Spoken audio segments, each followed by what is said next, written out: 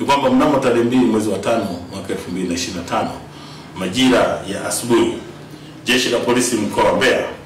limeweza kupokea taarifa kutoka kwa mtu ambaye anaitwa CJ Mbugi Emmanuel mwenye umri wa miaka 31, mkazi wa Iwambi, ambaye ni mke wa Mparuka Saidi Nyagali almaarufu Mdude, kuwa mnamo tarehe 2 mwezi wa 5 mwaka 2025 majira ya saa 8 za usiku, wakiwa wamelala huko mtaa wa Ivanga, kata Iwambi, jijini Mbeya, kwamba kuna watu wasiofahamika waliovamia baada ya kuvunja mlango na kuingia ndani na kisha kumjeruhi Mparuka Saidi Nyagali au maarufu Mdude sehemu mbalimbali za mwili wake. Aidha, watu hao baada ya tukio hilo walifanikiwa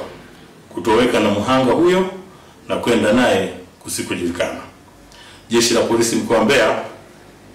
linakanusha taarifa zinazosambaa katika mitandao mbalimbali ya kijamii ambayo zinadai askari polisi kuhusika na tukio hili. Jeshi la Polisi mkoa wa Mbeya linaendelea na ufuatiliaji ili kumpata mhanga huyo na kuwabaini waliohusika katika tukio hili kwa hatua zaidi za kisheria.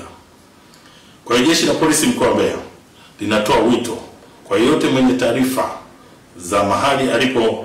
Mparuka Saidi Nyagali au maarufu Mdude azitoe ili kufanikisha kumpata, pamoja na taarifa za watu waliohusika katika tukio hili tuweze kuwakamata.